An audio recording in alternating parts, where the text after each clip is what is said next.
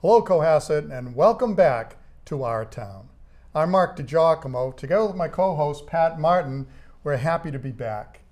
It's been a long time, Mark. The last time we signed off and said goodbye to Cohasset, it was 2009.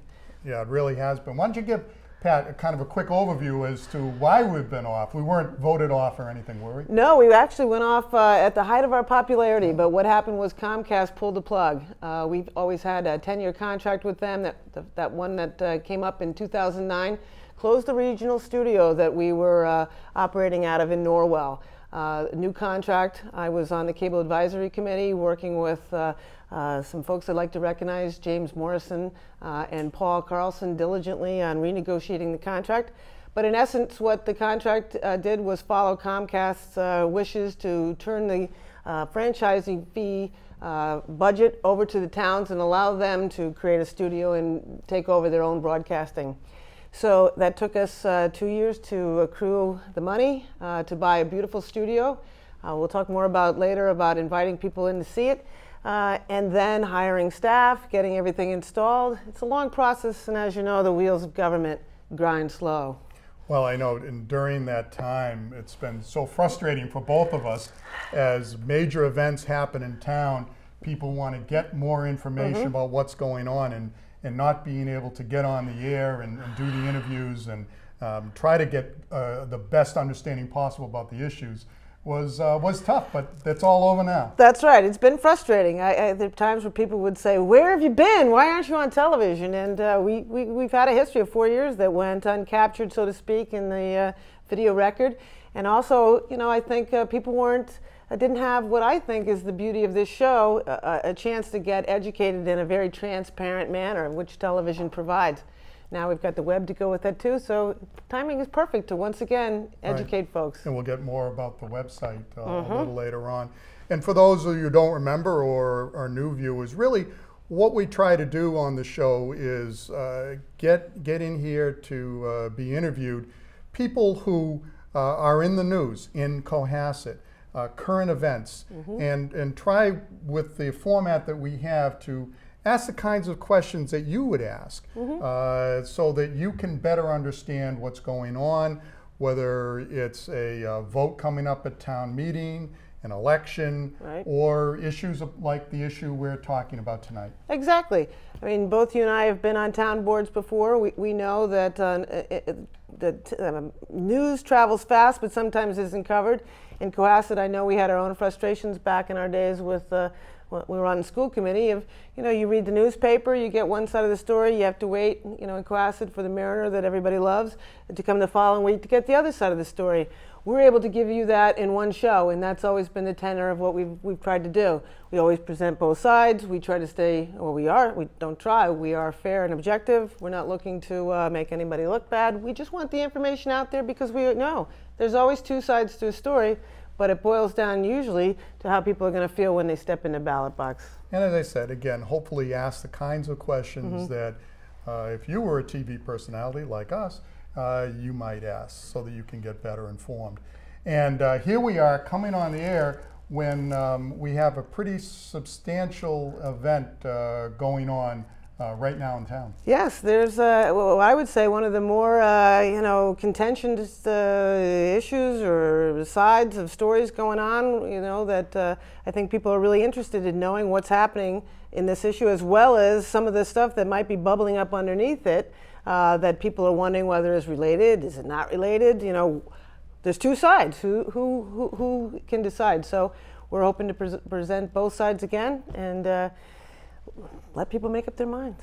Tonight we have Mike Coughlin, our current town manager, on to talk to us about what his sense of what's going on and hopefully answer, again, a lot of questions about the last, I guess the last 6 months of his tenure in Cohasset. And I want to just point out that we are filming actually before the studio opens to be timely on this matter. So just a note, I mean, this is the night after his public hearing. He's been gracious to come with us and talk about that. So it's really, really fresh information. tomorrow, or the second part of our show, we want to bring in Ted Carr, who's going to talk about the state of Cohasset, how he sees the town is faring or doing, or and what they're working on as far as business as usual, and how some of the issues that are beyond this are affecting town voters that'll be coming in town meeting and so forth. So that'll give his perspective as well. And if all goes well, we'll show these interviews back to back, so that you can see perhaps the true perspectives, and maybe everything isn't as black and white as folks think, as there always seems to be. There may be some gray area. Right. But let's get down to it. Yes, let's do it. All right. So just hang on. We'll be back in just a minute with Mike Coughlin. Well, welcome back, Cohasset. And we're here now with our very first guest, Mike Coughlin. Welcome. Well, thanks, Pat. It's great to be here, and congratulations on being on. Thank you. A show like yours is very important. When I was interviewing for the job, I had the good fortune of seeing your archived episodes on YouTube. So it's great to get you back live. And it's also great to be in this studio, and congratulations. But you're not the first user of this station. That's true. As a matter of fact, back in late August, and we were actually in this studio and broadcasting during Hurricane Irene. And it's so good to have a cable studio in the town to use during that time. And I'd just like to commend Andrew, who came in on his own time, was able to set us up, and we, with the public safety chiefs, and got some very important information out in a timely fashion about Hurricane Irene, and it's a great capability and a great show, and I'm pleased to be here. Well, thank you, thank you. I'd like to also then just also piggyback on that too, to just give some special thanks to some other folks that I feel need to be recognized, and that's my fellow Cable Advisory Committee members and members of the nonprofit corporation Cohasset Community Television now, Paul Carlson and James Morrison, who have worked with me diligently since 2009 and getting the studio brought to fruition. We had some setbacks, we had a long road, but I think they deserve a big hand of applause, and I'm so proud to actually have, work with all folks in the town as well. The town boards have been supportive, so it's great. It's been great. And from my perspective, Pat, you've worked very hard thank you. On your own. I've seen you so many times in town hall working out our little cable issues and such. So again, congratulations. Thank you. It's great to be It back feels great. here It feels with great. Thank you. Well, thank you for coming in. All right, so I want to just kind of set the stage of what's going on a little bit. Start with the history. Now, you were hired in Cohasset June of this year. Yes, June of this year. I see initial interviews said that there was articles in the Mariner that talked about the selection process. It seemed like it was down to 2 candidates, you and another gentleman. The selectmen spoke after they appointed you. They deemed you as a guy that they felt could hit the ground running. They seemed to believe that you had the financial expertise to help with what was needed at Town Hall. Tell me, though, what was your first impression of Cohasset when you stepped in on the first day? Well, like anybody that comes to Cohasset, your first impression is a beautiful community, and it has so much to offer. And I still hold that viewpoint. It's a beautiful community with great potential. So, I mean, I love it here.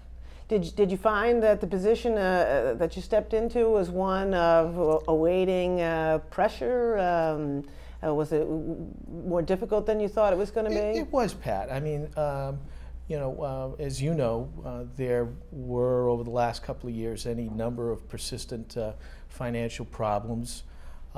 Found out when I came aboard they were a little bit greater than I expected, a lot greater than I expected. But I never run away from a challenge. I sort of thrived on it. Sort of got courage under fire with Hurricane Irene, and then used that same energy. We pulled people together for Hurricane Irene, had a very novel model response to that disaster that no community undertook, outreach to our citizens, really advocating strongly to get power back on in our community, pounding the table, as it were. We use that same thing to right our financial ship, and I think we've done amazing things in the last 6 months. And let me just underscore that we have a tremendous town hall team, professionals that we brought together and really sort of forged a team concept. And I think that that is a dynamic which I'm most proud of. Okay. Mike, in your view, why are the selectmen in the process of terminating you? Well, I really don't know. We had a hearing last night, and we had a dialogue. They say it's about communication, but I think I've tried to communicate with them open and honestly, provided them with a blueprint of where we wanted to go, the first town manager to introduce goals and objectives, a strategic blueprint.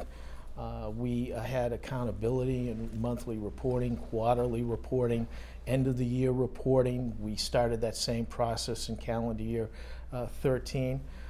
Communicated almost daily with the chairman of the board on major issues. But I really think it's a friction between what the Strong Town Manager Act is and what they want it to be in this community. And that has sort of handicapped me because, again, town manager shouldn't define what the government of a town should be. That should be the townspeople. But one thing they have to do to a town administrator or a manager is really give them the clear guidance. And I don't think that that has transpired. So at this junction where so much has happened, including the hearing last night, your best understanding is that they don't understand what the Strong Town Manager Act provides for, and that's why you're being terminated? I think that, and I think it's a couple of other issues. One of the things here is the gravity of the financial problems. We have some great volunteer boards. You served on volunteer boards. Every community has them. But remember the type of financial implosion that we had. And the first thing is a step-by-step building of what the team is in stages. And the first core is to recharge and build that town hall team of the professionals and then outreach. Some of the outside boards that were part or on their watch, these financial problems existed, still try to exert some influence on what the solution would be. And although that's their right, I don't think there was the right mix under the act. And if you wanted to enforce the act, and that's what they told me they wanted to do, you're the Strong Town Manager, clean up these problems. We liked what Steve Lombard did, take charge, correct them, but there's more work to be done, and I found out that there was much more work to be done. Do it and go forward. And never once during my 6 months did they really say anything was wrong until virtually the time that they made the decision to suspend me. Let me ask you about that, because I watched last night, sure. Only until about 11:15. That's about all I could take at that point. But your attorney at the beginning made some statements like that I think he cited your contract, which of course I'm not familiar with, paragraph 2.3 or whatever it was, that said you were supposed to have some interviews, you were supposed to be talked to at various intervals. Then later on it came out, and that never happened. And later on it came out, or at least to the viewer it appeared, that the board had actually said they wanted to sit down and give you a review, but you told them no. And so explain that, if you would. Sure. I mean, first of all, this is my 4th town. I've been reviewed in all 3 of my previous towns, and I have no problem with my reviews. I always release them to the public. I also insist that a town manager's review should be held in public in an open session and not behind closed doors. But the key thing in the other 3 towns that I was town manager is that the board set goals and objectives first and then manage my performance. There were no goals and objectives set ever in my first 6 months. I set them. I provided 11 for 11 and then 12 for 12, or we said fiscal 13, a baker's dozen for 13. But the board never said, we want you to do X, Y, and Z. But did your contract require that Yes. the goals had to be set out before a review? That's what it set out. Okay, And so it says that your- in the contract. Yes. That's your personal employee contract? Yes. That's what it says, okay. Yeah. And it's also what has been transpired in my other 3 towns, is that the board sets goals and objectives, and that's one of the key negotiating points. Because again, to be fair to both, to be objective, is that they have to set what you want to do. And sometimes, you have to negotiate what that objective is. If, for example, they said we want 0% mistakes, you would object and say, well, no one could make 0% mistakes. Sure. So again, they have to be realistic and attainable goals. Like, for example, you're not going to solve this community's fiscal problems overnight. It's taking time. I believe we've made some significant steps in the 6 months we've been here. But again, you have to have realistic goals, and then you have to be held accountable for the goals. So I always say what's good for the goose is good for the gander. I've evaluated employees. I think it's very important. Have done that in my other communities. But I always sit down with that department head and say, I want, let's take the police department. I want an overtime plan. I want a vehicle maintenance plan. I want a staffing plan for community policing. I want a plan on school resource officer. And then after a year, you take the chief in and you look at his accomplishments. And that's the fair way to evaluate, just taking someone in and say they're going to evaluate. Then the other thing was, knowing that there was some animosity between some of the various boards, because they come into the Board of Selectmen almost every Tuesday night, there was a perception that I was a by-law employee, which makes if you were governed by the employee bylaw, a new employee for the town of Cohasset is probationary employee over the first 6 months. So again, trying to educate them to what the relationship is and what the fairness of the contract is the reason for that. But I have no problem being evaluated.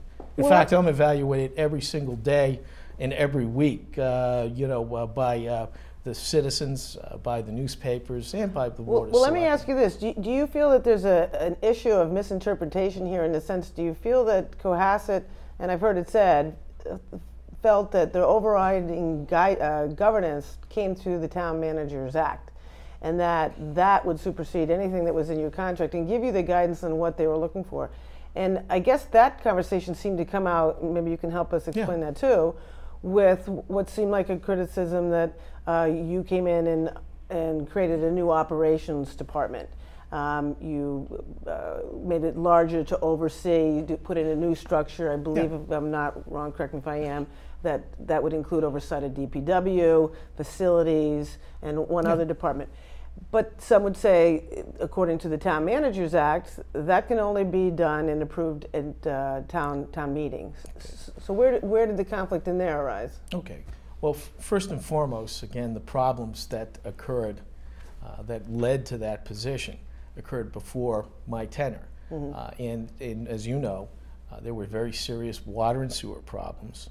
There was an extensive audit by the respected certified public accounting firm of Melanson and Heath, and they identified that one of the key issues was lack of oversight by for water and sewer, and they suggested several models in the creation of a water and sewer superintendent. My predecessor, Steve Lombard, adopted that we would have a water and sewer superintendent.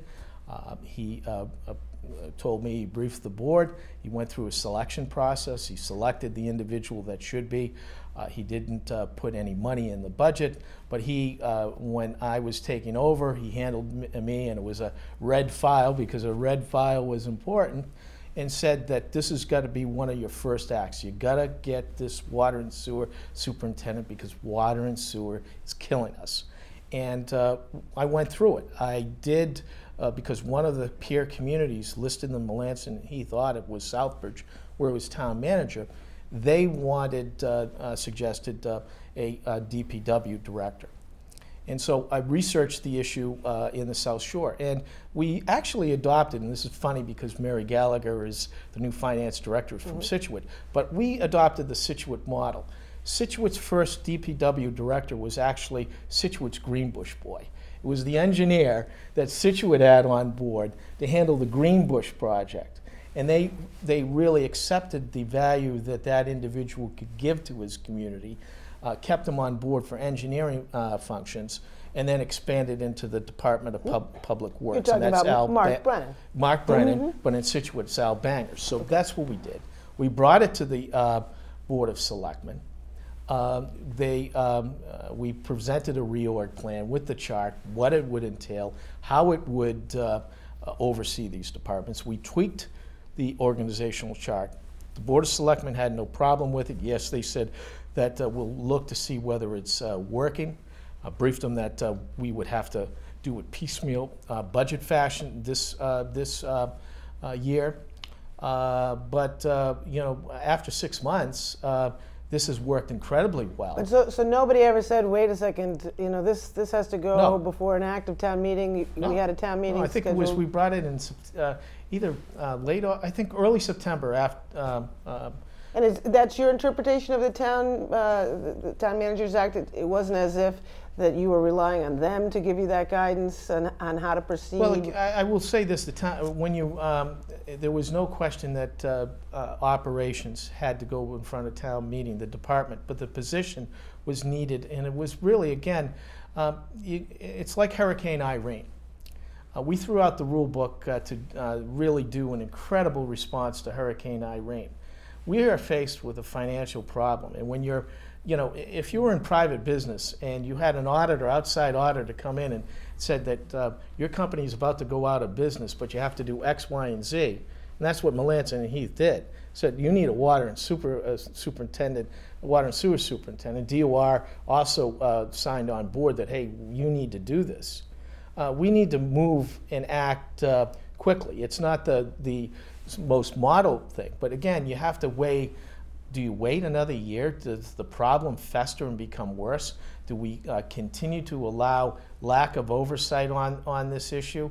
I would say not, given the fact that we have to keep the town of Cohasset government functioning. But did you bring other people into the process? The selectmen yes. And the others? Well, on the operations director, yes. Okay. Okay?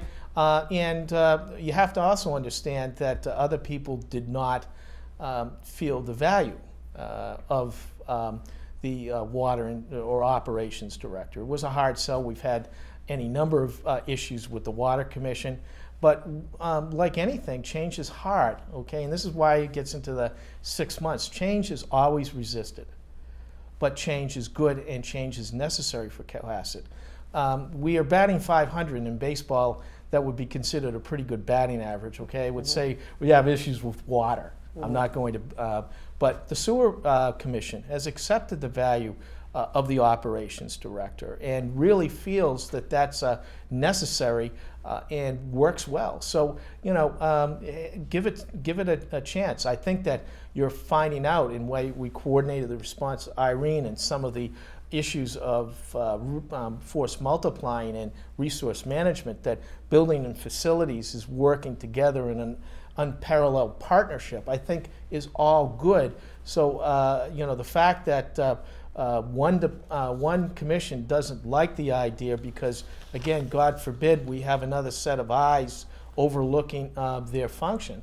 Like a gentleman said last night, checks and balances, that's the key thing. Well, but you've had trouble with several boards and commissions in town. Not all of them.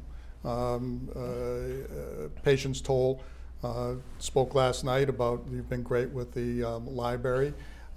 Capital budget may have a different view. Advisory may have a different view. Water and several others.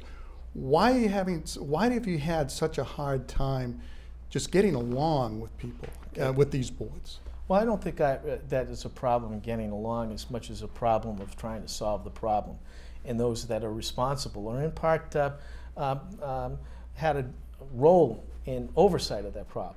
Remember, okay, the people on advisory were here during the financial implosion. It took many years to accomplish. Same thing with capital budget. They were seeing facts and figures that were downright erroneous. The independent auditor, Mr. Roselli, was issuing reports every year saying that the problem was building. There was no action on those problems. So when a new guy comes in and says, hey, we're going to resolve these problems, and the problem is in part due to some of your policies, namely cutting financial and administrative staff to the bone, not allowing our professionals to do their job. But did these groups, I'm sorry, did these groups cut people? I mean, it wasn't the town manager, the Board of Selectmen? But again, one of the things that advisory committee does, and first of all, I'm on record that I believe the advisory committee should be charged with additional powers, but they oversee.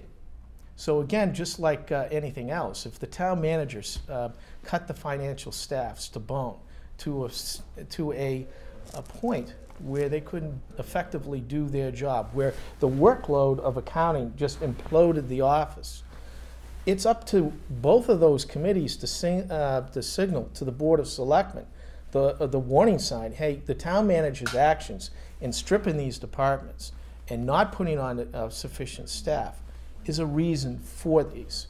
So again, you know, this is not a popularity contest in any stretch of the imagination, particularly in a crisis situation. But you have to look at the record. Last year, we didn't submit a balance sheet. Last year, we didn't set the tax rate until March. This year, we submitted a balance sheet, which is, you know, basically the first step in financial stability. We submitted it in November. No one thought we could do it. Not even DOR. They would say, you're not going to make it. You're not going to have the numbers. We did it. We submitted the tax rate by December, got the tax rate set. We didn't have to waste money on short-term borrowing as we did this year. That's a major step of financial stability that Team Cohasset accomplished. Now again, I've just got criticism all the way, but because you know, we focused like a laser beam on doing those essential tasks. But I would argue that that was the right way to prioritize, and that's what leadership's all about. Well, do you think that's part of the issue, that when you focus the white light on some of these problematic areas and the processes that led up to it and the people that may have been in place to let it happen, that folks are feeling a knee-jerk kind of, oh boy, I don't want the fingers pointed at me? I think it is, but again, I would have hoped, and again, this is what, you know, the Truth in Advertising law, when they interviewed me for the job, they said there's a lot of problems, fix them. Now, I mean, I'm damned if I do, damned if I don't, Pat, in the sense that if I didn't get the balance sheet in and didn't get the tax rates set, some people would be criticizing me for that.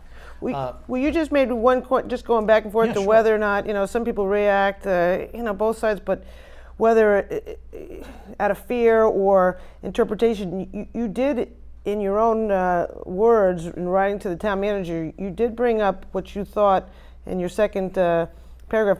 To me, it seems to suggest, you said, whether it is possible conflicts of interest surrounding the issues of water or questionable efforts to influence the outcome. Do you think people get really scared that by kind of language, that you might think that you're really calling folks out with issues of impropriety? Well, first of all, okay, there were, and there still are, some ethical issues here. And I was very clear in my interview, June 8th, as it was reminded to me, that, and it's very clear in my record, that I try to strive for ethical standards second to none, and adherence to the basic laws. And there's two issues here, and one principally that you know, inherited when I got in here, because it actually, Genesis started just a month before I started, was the water. And I've been very troubled by that. If most towns, it would have been a 2-year process. Go to town, you sell the idea of a 20-year concession contract or a 10-year concession contract first, and then if the town meeting approves, then you go to a procurement process. Here it's forced into a very short window. It was also in part based on some conversations that the water commissioners had with Aquarian. And in January, the whole ball game changed when a number of communities had issues with Aquarian.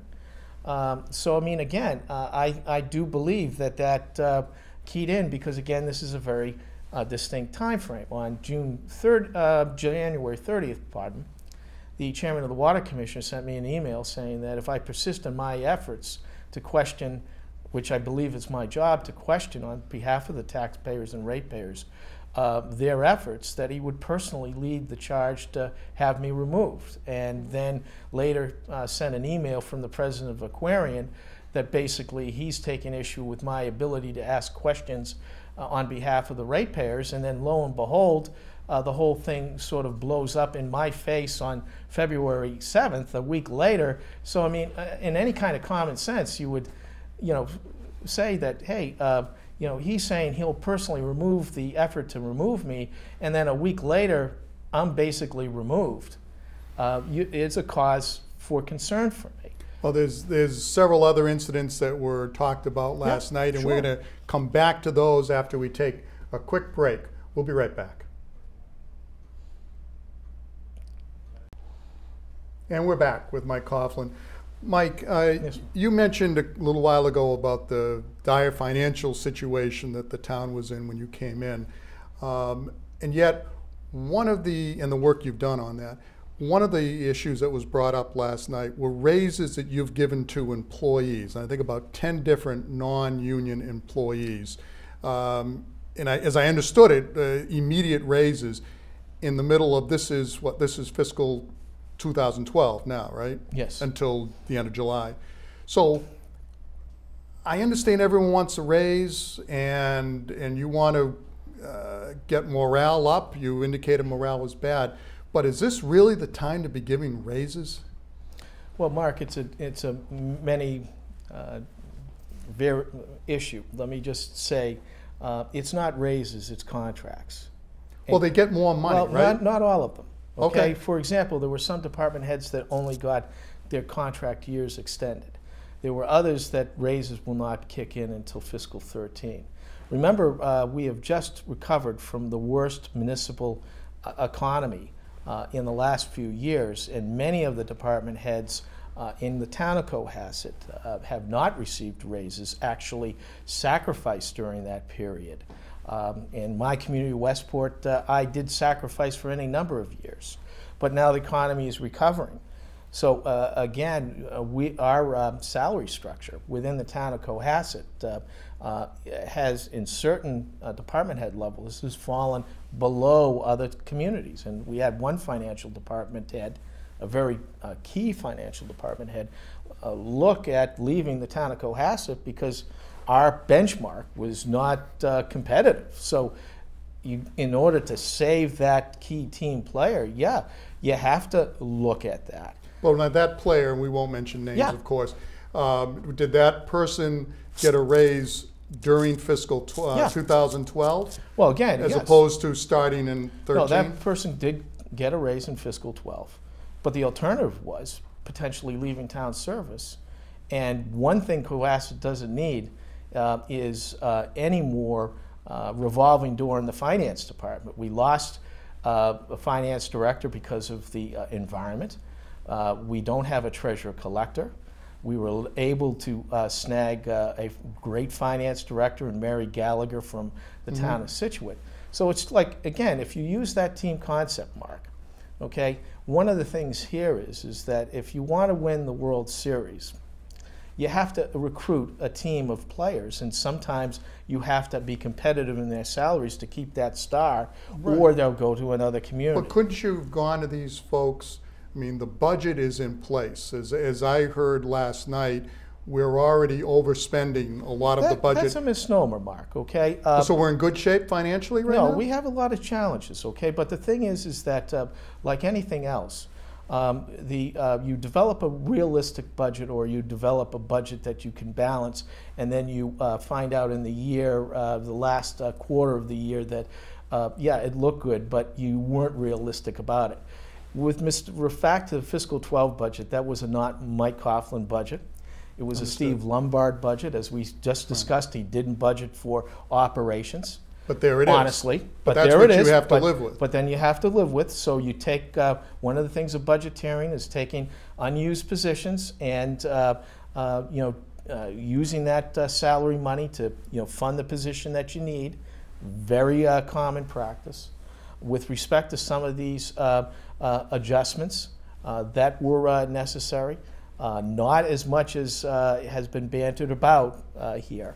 Well, how many people, just so we get it accurate, because we do get the misimpression, how many folks did you give raises to, or they made more money during fiscal 12?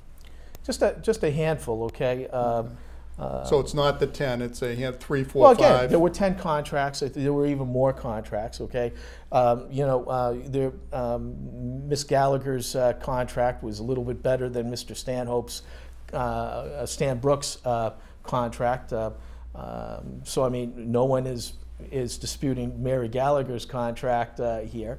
But with respect to the assistant fire chief, and that was a increase, but it was accommodated within the fire budget. The deputy police chief was actually, because he was being a salary employee, is making less than he did if he was a lieutenant earning detail money. So again, you can take these facts out of context and what true budgeteering is. Any community in the Commonwealth, and I believe you might have seen this in times on your various committees, is that in the last 3 months of the fiscal year, you are constantly transferring money from the budgets that you're left with that have money to the budgets that you are short. And that is standard practice here. But the key thing here is to develop that strength and management team that's going to get you the big bucks. You can take these contracts and you can play a political football, but you can destabilize the team, break the team up. But the key thing here is building a financial team that can turn this town around. Secondly, you build up management within the individual departments, oversight of our public works function. That's going to save you big bucks. Well, Mike, couldn't you have gone to some of these folks and said, listen, I know you're underpaid, I don't think it's right, but we're in the middle of fiscal 12. Fiscal 13 starts, is it July 1st or August 1st? August 1st, I think. I'll take care of you. Hang in there with me. Be a team player. But a lot of them did. And hang in, as opposed to giving money. I mean, I think that's bothered a lot of people. Well, here it is, okay? One of the contracts given was actually promotion. Okay, the person was made from agent to inspector. Okay, if you, in my book, okay, if a person is taking on more responsibility, it's usually at a higher pay grade. So, there are a lot of complicated issues. The other thing here is that what you spend your money on versus the investment in your personnel. And one of the key issues here, okay, and as I said this last night, there is a persona within Town Hall that our employees are not the most important resource we have in our town. Okay, as I said last night, 4 town halls. I've had more personnel come into my office crying in my office, insecure about whether they will have a job. That's not the environment to work in. Let me also say, on the other side, we've also adjusted any number of union personnel because they were not properly compensated for or given the hours to do their jobs. So the key thing of why we've had a $100,000, $300,000, $400,000 financial implosion is because we didn't spend the short dollars to properly staff and properly compensate these professionals. So it's a penny wise, pound foolish atmosphere here. You get the results you pay for. And I got to tell you, Mark, okay, we're on the DOR watch list, okay? We fumble one more time here, okay? There's no cushion here. the DOR will come in and they will take over the town, because the financial problems are so great. But we've demonstrated, hey, we're changing this, and we're changing it for the better. But did you go to the selectmen and make this argument to them and say, listen, we've got these 10 contracts or whatever, and I'm going to do this one with this one, raise with that, because we need this. Were the selectmen aware that this was what you were doing? Well, I believe in general they were. Well, but you say in general, I mean, did you sit down with them? No, because again, Mark, this is one of the things, again, you have the law, which is the Strong Town Manager Act, and that I'm the director of the personnel system within town. I'm also the contract officer. I have contract authority. I've been a town manager in 2 other communities. One community I was a stronger town manager than I was here. One other community was roughly the town manager. But in both those other previous towns, selectmen never got involved in personnel contracts, personnel management. It was the town manager. They had one employee that they could hold accountable, okay? And that was the town manager, much like it is under education reform, where the school committee is no longer involved other than in collective bargaining and specific matters of school administration. They leave that up to the superintendent. You hire the superintendent, you hold her accountable. So again, by past practice, I did not, okay? I wish I had known this. I might have acted differently. But remember, okay, this was not an issue that led to my suspension. This came out afterwards. So again, this is not an issue that led to where we are today. Well, I think the fact that it was brought up last night seems to be a statement by the selectmen that it is part of it. You may disagree with it, but they brought it up last night. That well, again, so I'm glad that they did. Feel that, okay? that it is a problem. I'm glad that they did. I think one of the matters, and it was brought up last night, and you're going to have Chairman Carr, who's a good friend and continues to be a good friend, and had unparalleled, unprecedented communication with Ted on these issues. Okay, I believe he had the trust in me carrying out this very difficult function. But one of these key things was they still don't understand that they have a, we changed it around, but they still have this environment where the employees feel, and again, it's perceptions that count. The employees are feeling it, that they don't have an environment which is appropriate to get the work, the important work of this town done. You know, you mentioned a couple times Ted and your relationship, your close relationship with Ted, and he's said the same. It's kind of a mutual admiration society, except he's firing you, and there's a disconnect there that I don't get. And I don't know what happened there. No, again, you guys go for beers at Mr. Dooley's and so forth and so on. But we went last night. Yeah, well, which is lovely. But how you've indicated that you were shocked, and I believe you generally were, that you were being terminated. And here's the chairman of the board. You're very friendly. You're close friends with. What do you guys talk about? I mean, do you talk about? We talk about. You don't want to have a formal review. And we'll get back to that. But doesn't Ted, at some point during the 6-month period, say to you, "Gee, Mike, you got to go a little easier.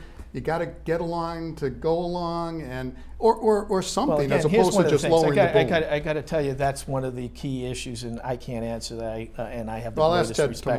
Tomorrow. I hope you will, but. One of the things is that on almost every important issue that would be controversial, we communicated with Ted. He was the first person to know about the K-9. He knew about the Humvees. He knew about a lot of these issues regarding individual members of capital budget and advisory. We had a very close working relationship. Again, 2 weeks, we were all in Boston at the Municipal Management Association, our annual sort of get together in Boston just a couple of weeks. And my wife had a wonderful conversation, and she asked me, he goes, how's Mike doing? And Ted went to my wife. He's doing exactly the job that we expect him to do. So I'm only getting positive feedback that the job is going the way I'm doing. I have no idea that I'm apparently on thin ice. But again, the nature of it, and I believe that that's the communication issue here. Okay, as I said before, I have always communicated in my 3 towns with the chairman of the board, who is responsible to communicating with the other board members, okay? It was never in my town that we have to communicate with all 5. I understand, okay? But that's not your contract or anything like that, just the way... But I mean, but again, I think that that's the communication issue here. Did you have that conversation? I remember when Pat and I were on the school committee, the superintendent would come in, and it's similar to your job, and he or she would say, how do you want to do this? The way I usually do it is I communicate to the chair, and then the chair communicates to other people. Does that work for everybody? And it does or it doesn't. I mean, did you have that kind of conversation? It's just so hard when you're spending this much time that there can be such a disconnect. Well, again, this is what I would hopefully ask about. No, we never did, and I think that is the most perplexing issue that I have after 6 months here. Because even on the water issue, back in October, we briefed the board in an executive session on the water issue, and at least 2 members of the board, other than the chair, expressed grave concerns, and this was in late October, about the water issue and how it needs to be vetted. And now everybody seems to be on board with it. And again, I just don't know what changed here.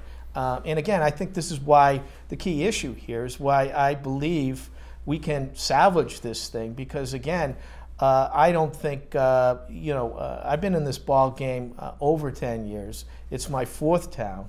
Politics is the art of compromise, but as you said, you have to know what needs to be compromised here, and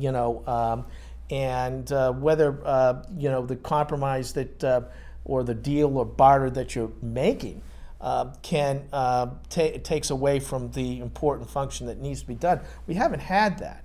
Okay, I think one of the key things at the hearing last night was the conflict manager. Now, I've done this in the past in other environments, but sometimes town managers and board of selectmen go on retreats, strategic planning retreats. Sometimes other towns bring in a facilitator to map out and work on this.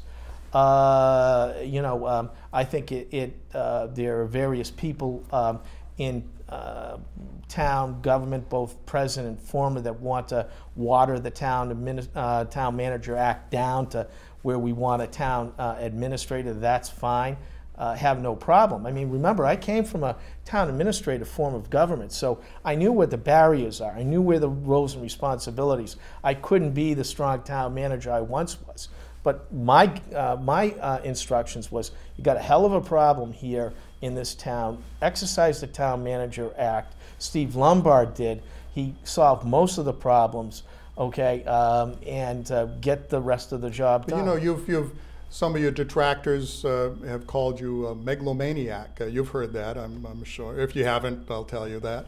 And that this is all about power struggles between you and the various committees, and that you stand behind the Town Manager Act and say, I can do this, get out of my way, and that type of, and I think that's out there. That's what these people are saying, right or wrong, so respond to that. Yeah, thanks, Mark.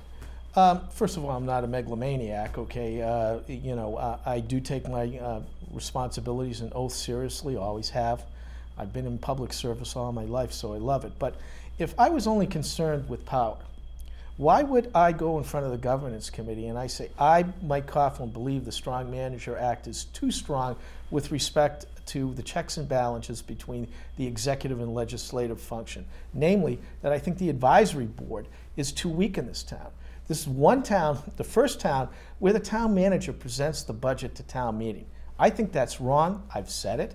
I don't want that power. I do believe that the American form of government is the executive introduces the budget, but then passes it to the legislative branch, and it's their budget. Here, that doesn't make sense. I've said that. But again, to fine-tune some of these issues, I do believe that we need strong leadership to solve these crisis issues. I've been tough when I've been tough, but I'll compromise, when I have to. Mm-hmm. All right, well, let me ask you this. So now, as we need to begin moving to wrap up, sure. What we have in our hands is a situation that got two camps, it looks like. Your unknowing impression of exactly how you got into this spot. We had a public hearing last night where you were entitled to the vetting of getting information, giving out information, and so forth. We have the Board of Selectmen meeting on Friday of this week, from what I understand. I think it's Monday. Is it Monday? They pushed it back, where they can then evoke the right to move forward with determination. Yeah. Okay, so just so the process is known, how do you feel at this point with all of this back and forth? I mean, you got to feel in some ways under attack. There's miscommunication going on. There's maybe hurt feelings, all sorts. You've got a board that is overseeing you to some degree, who have, all of them have voted to seek your resignation. What do you accomplish? I mean, what are you hoping to accomplish if you come back?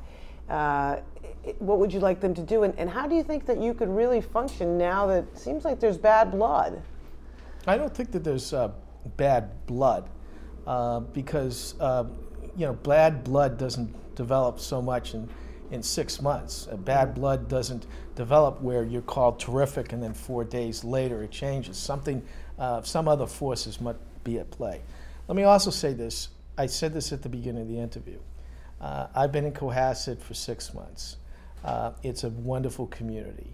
Let me also say that during this period, there's been an outpouring of support. 100 people last night, but a lot of people were at home. A lot of people have approached myself and my wife in any environment. I live in Cohasset. I believe a town manager has to. So I'm in here. I'm in the Stop and Shop and Shaw's on the weekend. They come up to me. I'm at CVS yesterday and getting a prescription, and the lady, I said, picking up for Mike Coughlin. Oh, you're Mr. Coughlin. We support you. So again, it's a great outpouring of support. So this town has great potential here. Do you hope that those people that are in support of you contact the Board of Selectmen to change their minds? I think last night's hearing was good for both parties. Mm-hmm. I think that, like I said, I'm not a perfect human being, and I'm willing to change. And I think my experience, having been both a strong town manager and a town administrator,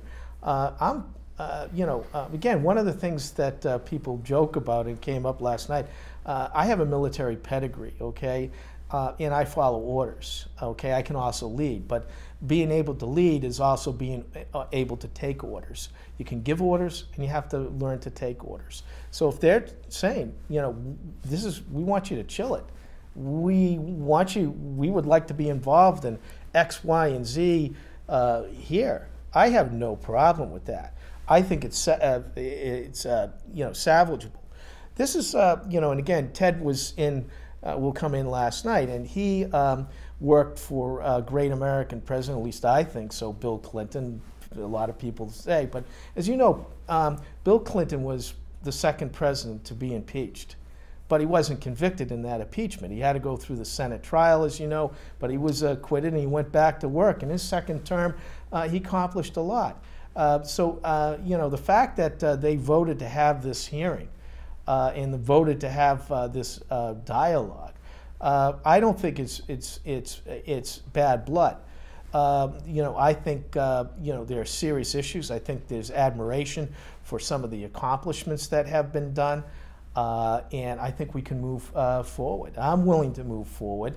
Like I said before, one of the great art forms of government is that you can disagree, but you don't have to be disagreeable. And with this board, we've come closer to that because, again, after our meetings, although our Tuesday night meetings have been spirited, we've usually gone out in a other environment to have further communication, not illegal meetings, but further communication to hammer some of these issues out and go forward. And I really look forward to doing that. So if the selectmen came to you, because I have a sense that a lot of the problem is that you read as a lawyer, and I understand it, I'm a lawyer as well, we read contracts, we read town manager acts, and we understand what the words mean. But that they seem to be saying to you, yes, you do have the power to do this. You do have the power to do that. We understand all these powers that you have. But just because you can doesn't mean you should. And even if some of these boards don't have the power, go to them, talk to them, work with them. These are volunteers who are putting their time in, smart people, Yeah. And you may agree or may disagree, but work with them. If they said that to you, because I think the view is that you haven't. Now, whether you have or not is another issue, but I think I'm being fair to say that's the view. I think that's the view, Mark. I will say this, but can you do better at that if they keep it well, on? obviously, two things. First of all, you heard out that some boards already have that relationship. Yes. You saw the planning board. You saw the library trustees. I believe you get that out of the sewer commissioners. So you have that. Okay. Right. But we also have yelling matches at the capital budget. But remember, and so forth. you've also you know those people are got pretty loud voices themselves. Okay, so who's yelling first and who's bringing this up? And again, as some of our selectmen's meetings on Tuesday night, they're the ones that are coming in. They're the ones that have blasted me in some of the newspapers. That said, I have showed up to argue my case. Okay, it's like you bring up the legal argument. I've always shown up to court, even though I might have drawn a hostile judge that might not like me from past performance. But I've shown up to advocate my position to them in front of capital budget. Yes, we've had disagreements.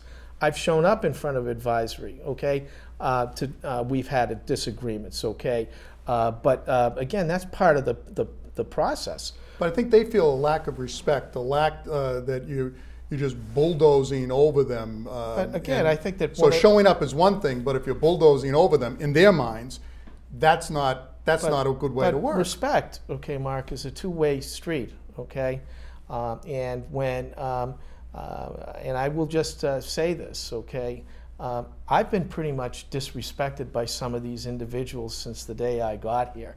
I have a very thick skin. It has developed over many years. But respect, just as communication, is a two-way street. Okay, and I understand, and you need a thick skin in your job. And I have it. And I have it. You're a town employee. You're being remember, paid by the town. one of the critical things here is where this community is right now. It's on the brink. Okay, financially, administratively, morale-wise. Okay, there's a huge crisis, has been, because folks didn't do their oversight responsibility. They didn't lead. They delegated. They hid problems. Okay, past practice, whatever. Okay, inherited a mess that needed strong leadership to turn this around. Yes, that's part of the friction here. But let me just tell you one thing about respect, one sort of antidote. Our town hall team, to submit that balance sheet, busted their chops to get that balance sheet in by just the Wednesday before December. We were here at town hall until 4 o'clock in the morning to submit it the next day. Okay, when we had a little briefing, there was no show of respect for the professionals that did such a good job. Okay, we were the figures were demeaned. Folks couldn't understand it. Remember, this is not the private sector. They might have expertise in private, but this is a whole different ball game here.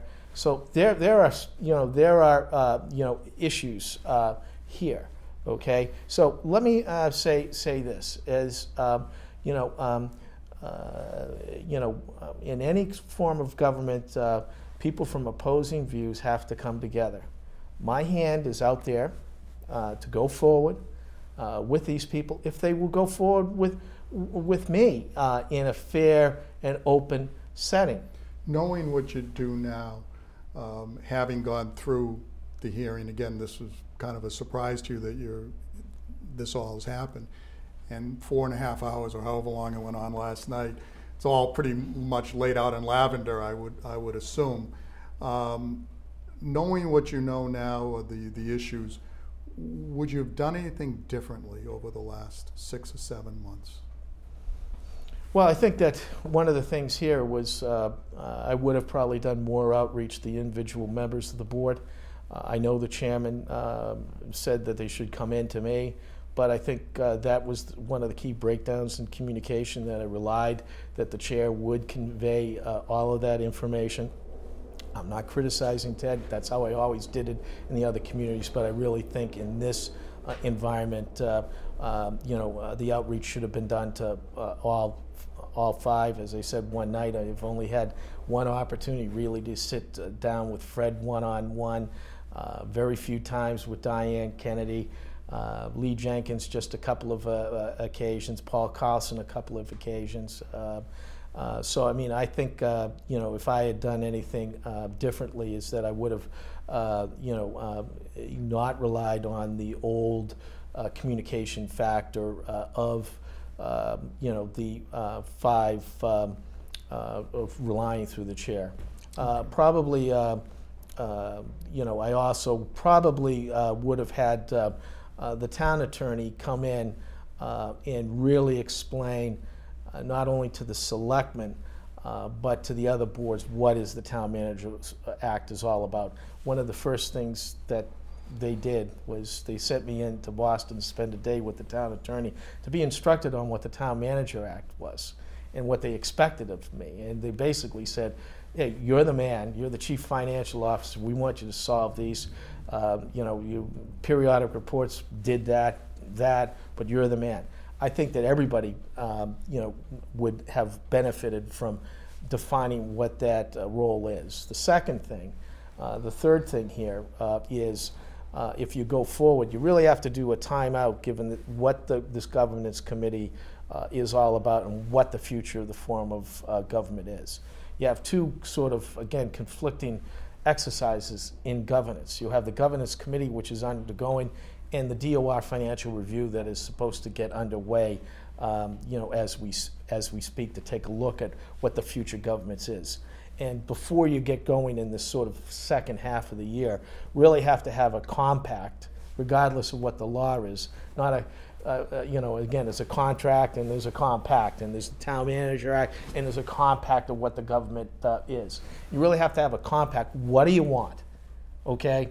Do you want me to step back? But you also have to do, if I step back, you also bear the responsibility for the outcome. Because right now, the Town Manager Act is both good and bad. You got the power, but you're solely responsible for the outcome.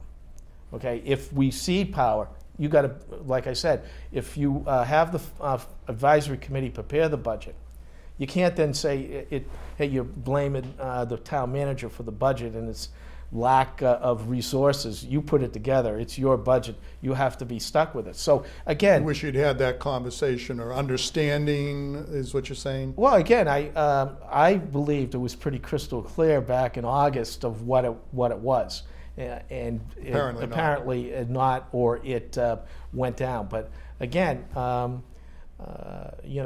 bear no animosity. As I said before, we ended 6 months of accomplishment with the first town Christmas party, paid for it out of my own pocket, because I believe that people that work together should associate together and break bread and share a cup of cheer in another environment here.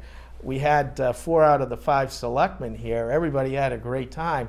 So again, out of that, that's why I don't think it's irretrievable, because if everybody enjoyed that environment and had that, I think that we just have to go forward together.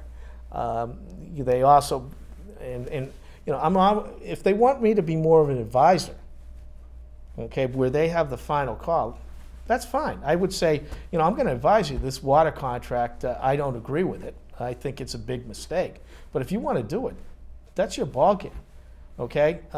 If you want level services budget, I'll advocate that. I don't think it's the right way to go. But if you want that, okay, you have it. But so again, you're willing to concede some of the power, is what you're saying. Absolutely. Tell me what you want me to be. Absolutely. Tell me what I want. If again, one of the great things is that I've done both an administrator and a manager, also a stronger manager than we have here. I'm not advocating going stronger.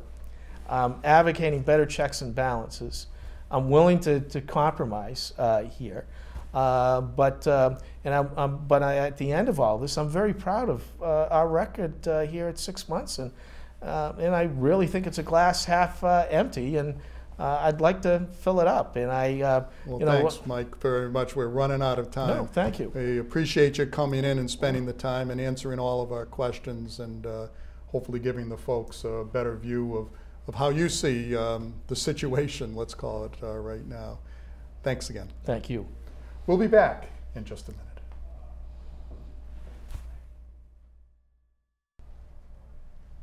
All right, and we're back. Well, Pat, we got the first one under our belt. Yep, it's going into the can, and I got to say it was one of the more interesting ones. Well, they're all interesting, but certainly covered a lot of subject matter for folks to consider as this moves forward. Well, the whole situation with the termination process is very divisive, as you know. Mike, I think, appears correctly, at least the most vocal folks in town appear to be supporting him, with the exception of certain members of committees that have had, I think, what they view less than pleasant relationships with him. And yet, it feels like the train's rolling down the track. And by the time folks see this, they'll know how it all turned out. But he's indicated that he can come back, and no bad blood. Yeah, and so forth. It would be awkward, to say the least. But it just feels like maybe it's too much water under the bridge. Well, it's very complex because you raise good points. I mean, you've got some personality issues, you've got change coming in, now you've got some him having to be re-educated maybe to the way he feels the town wants him to perform in his capacity. Does that then take the focus away from some of the crises that are looming in the distance that he says he's been trying to deal with? You're right, it almost seems like, I don't know. Well, and whether he should be fired for it or whether it's his fault or someone else's fault, communication does seem to be the word here. It is just shocking to me how people can be working together like the selectman and the town manager, and yet they just don't seem to be talking to each other at all. And again, whose fault it is, people can assign blame, but why these conversations aren't had at the very beginning, expectations laid out and so forth, is really surprising, and has led to a situation which is not good for anyone. Certainly not good for the town. Right. Well, and I think it says something. I mean, I'm still perplexed because I myself, in putting myself in that shoe, I just don't understand how I could be so side-blinded, to be so surprised that I was chugging along doing something that I thought was great, beneficial, and then boom, for someone to say, surprise, we want you out. That's that disconnect that you talked about. Where does that come from? Yeah, and I hear it, but frankly, as I read the Mariner in the first few months that Mike was on board about some of these episodes and the disagreements, I know, sitting back, I thought, wow, this guy is not going to be around here too much longer.